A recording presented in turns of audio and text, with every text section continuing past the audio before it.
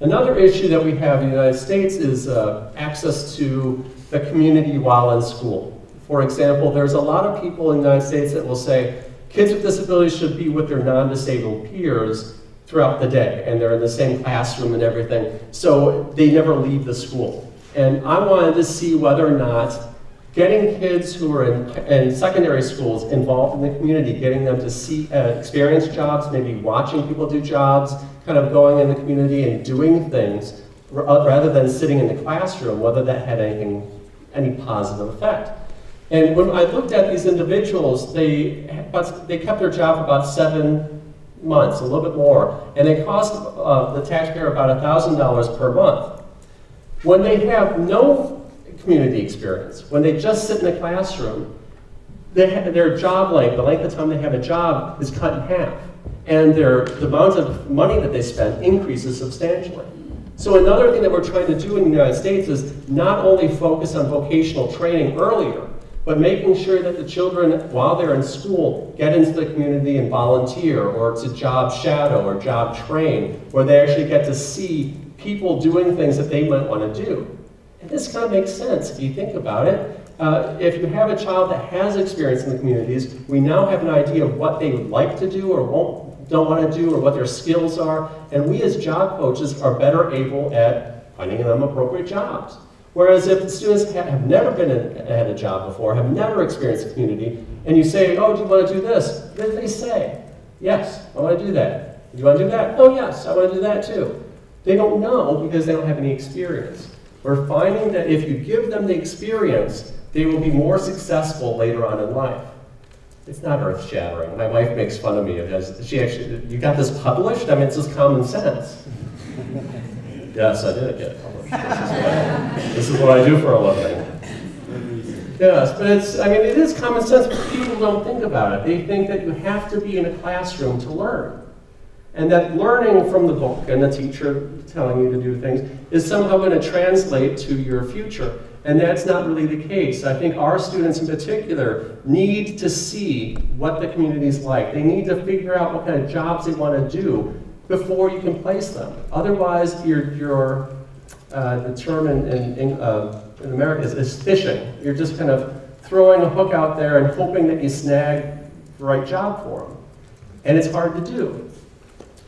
Another strategy that we're looking at is natural supports. Natural supports, I don't know if they talk about this here in Sweden, but it's the idea of utilizing the supports that are already in the community to help train people. For example, when I was a job coach, I was kind of taught to do everything with the person. I would learn how to do the job, and then I'd teach them how to do the job, and I'd stand over them, and I'd help them and do it, and it was me as the job coach. I did everything for this person. And the coworkers that worked with this person would talk to me, and I'd relay the message back and forth. And that's not very effective. A natural support method is, I'll give you a couple of quick examples. I was cleaning my closet, and I stood up and I hit my head on a nail, and I cut my head open, and I'm bleeding really badly. So I run to the hospital, I have my hands to my head, and blood streaming down my face, and there's nobody there. I'm in the waiting room, and there's nobody there, and I'm banging the bell, and blood's... And finally a nurse comes and apologizes and said, oh, I'm sorry, but I had these records that I had to bring down to the records office. And I said, I don't care, stitch up my head, and it's bleeding. After they fixed me, I talked to the human resources director, and I said, you have a nurse running these files downstairs to the records office. Why don't you hire one of my students? And you can pay them a lot less, and you'll always have somebody that's qualified to be in the lobby. And I ended up placing the hardest person I've ever worked with. He was nonverbal, he had autism, he was abusive, he would hit himself, bite himself, and then bite us, and we'd have to wear chest protectors. We'd grab our chest and twist and things. Yeah, it wasn't funny then, believe me. And he had unmeasurable IQ. He was very, very challenging. And everybody said that I couldn't place him. And I was having difficulty working with him. Sorry. Just want to make sure I give you a good picture of it. So what happened was he had trouble walking, he didn't speak, he had all these issues. And everybody kept saying, how is he going to find his way around this big hospital? How is he, eventually the idea is they could get him independent, right? I can't be with him. Eventually he has to do it himself. And I'm thinking, well, how am I going to map out, maybe I can have a map, you know, and teaching him how to read this map, and there's all these different angles, different floors, there's like 7 different floors and all these things. And I'm thinking, oh, how am I going to teach him how to do this? Well, in American hospitals, there are lines usually on the floor, and they have colors. So yellow might go to the paternity ward, or red might go to you know, the waiting room, or the cafeteria, all these different lines. The support was already there. All I had to do was tell him, go orange, then green, then blue, then yellow, and he did it all by himself. All he had to do, I put little colored tape on his wagon that he kind of pushed around. He'd walk around, and he had a scissor gait, so he kind of walked like this, and he'd take the folders off the door, and he'd follow the line, and the nurses would go, good job, Don, and he'd kind of, you know, smile and gurgle, and he did it by himself. He didn't need me to do that. That's a natural support. I was thinking, oh, I'm going to have to sit there and teach him this big hospital and all this other stuff. And you don't have to do that. Another natural support that I did that I'm very proud of is I was working with somebody with an intellectual disability to make pizzas. And there are certain steps you always have to do. You have to roll the dough, you have to put sauce down, you have to put some cheese down, you put the ingredients, and then the vegetables, and then the top pizza, then the spices, or whatever the stuff is. And she's in front of this big table with all of these containers of all the ingredients that she needs to do. And she has to do them in a certain order. You can't put all the cheese down first and everything. It has to be a certain way or it doesn't taste right and everything. So I was trying to get her to remember, okay, first sauce, then cheese, then you do the pepperoni, and then you do this and this and this, and then you put the sauce, you know. And she wasn't getting it. Finally, I thought, all these ingredients were just haphazard or different order. I ended up putting them in order. So all she has to do is do this. You know, and then she's done. And the boss thought that was so great because it saves time. You don't have to reach over here and then over here and then across here. You were able to do things in a very systematic way. He made it so everybody did it that way. It made it more efficient. It made it more effective. Those are the kinds of things that job coaches can do that make the job easier, not just for us, but the supported employee. So we wanted to see, well, does this help? So I looked at, there's some agencies in Wisconsin, a state in the United States, that were trained in how to do this kind of strategy, how to not think about the job coach as being the trainer, but the job coach as the facilitator of learning. So how do you get the job coach to kind of step back and allow things to happen naturally within the environment? And when you did this was the results. The average cost was about $5,000. The average employment cycle was 3 fiscal quarters. When you compare those groups to the statewide averages who didn't work part of this training, the results were very dramatic. That in order to get, you got 76% increase in length of time someone was employed. And you reduced the cost by about 40%. And again, my wife, common sense. If you get somebody involved with their coworkers, thank you.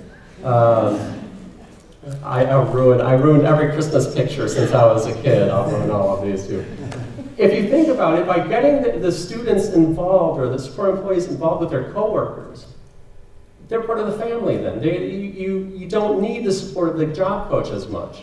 We train the coworkers to help this person. That way the support is always there, and we have a more successful kind of placement. And that's one of the things that we realized, that in order to reduce costs, but also increase outcomes, we started using natural supports and trying to build the supports in rather than having them come just from the job coach.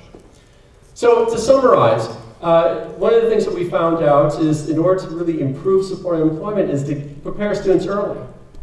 Waiting till the last couple of years of high school or secondary school is too long of a time to get them prepared for their vocational lives.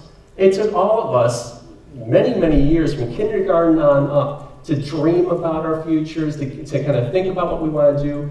When my kids were 3 and 4 years old, they pretend to be firemen or police officers or soldiers and things. That's what kids without disabilities do. But kids with disabilities usually don't have that outcome. They just play. They don't picture themselves as being in the workforce. So we have to start earlier to get them to dream and get them to think about what they want to do so we can have a better idea of what their outcomes we want to teach. Secondly, we have to give them actual experiences in the community. We can't just take a child out of the classroom and say, okay, now what do you want to do? After high school, I never would have thought I'd be a university professor. And I'm sure my teachers never thought that I'd ever graduate university, let alone become a professor. You know, I never thought, oh, well, I'm working supported employment. I never heard of it back when I was in high school. We need to get people experiences so we can place them in a community that fits their needs, not just for themselves, but their employer. Then we need to place them in the community and train them there. By putting them in a sheltered setting and teaching them in a sheltered setting, they tend to pick up skills that are counterproductive, and that we have to have them unlearn. We have to teach them in the community, and that's where they learn best. It's like me trying to learn Swedish from a book. You know, I need to hear it. I need to talk to people. I need to do things. That's how you learn. I can't just learn by just looking at a picture of a pizza maker and you want to do that. I don't know what that's like. You know, it's very hot in kitchens. It's very noisy. A lot of kids with autism in particular, it's not a very good placement for them because of the environment. Finally, I think we need to use natural supports. We need to look at the community as being one of the primary teachers of our support employees. It's us too. I mean, we're important, but so are the coworkers, so are the supervisors. Everything in the community can teach us lessons. It's the same thing with our support employees. You all teach me things. Why can't you as coworkers teach supported employees? It doesn't have to be job coach driven perspective. And it seems that that's making support employment more effective. So that's it, and hopefully I didn't talk. Thank you very much. And I hope that this isn't a swear word that my relatives taught me. But that's it. So thank you very much for having me. I hope that was at least fairly interesting. Yeah.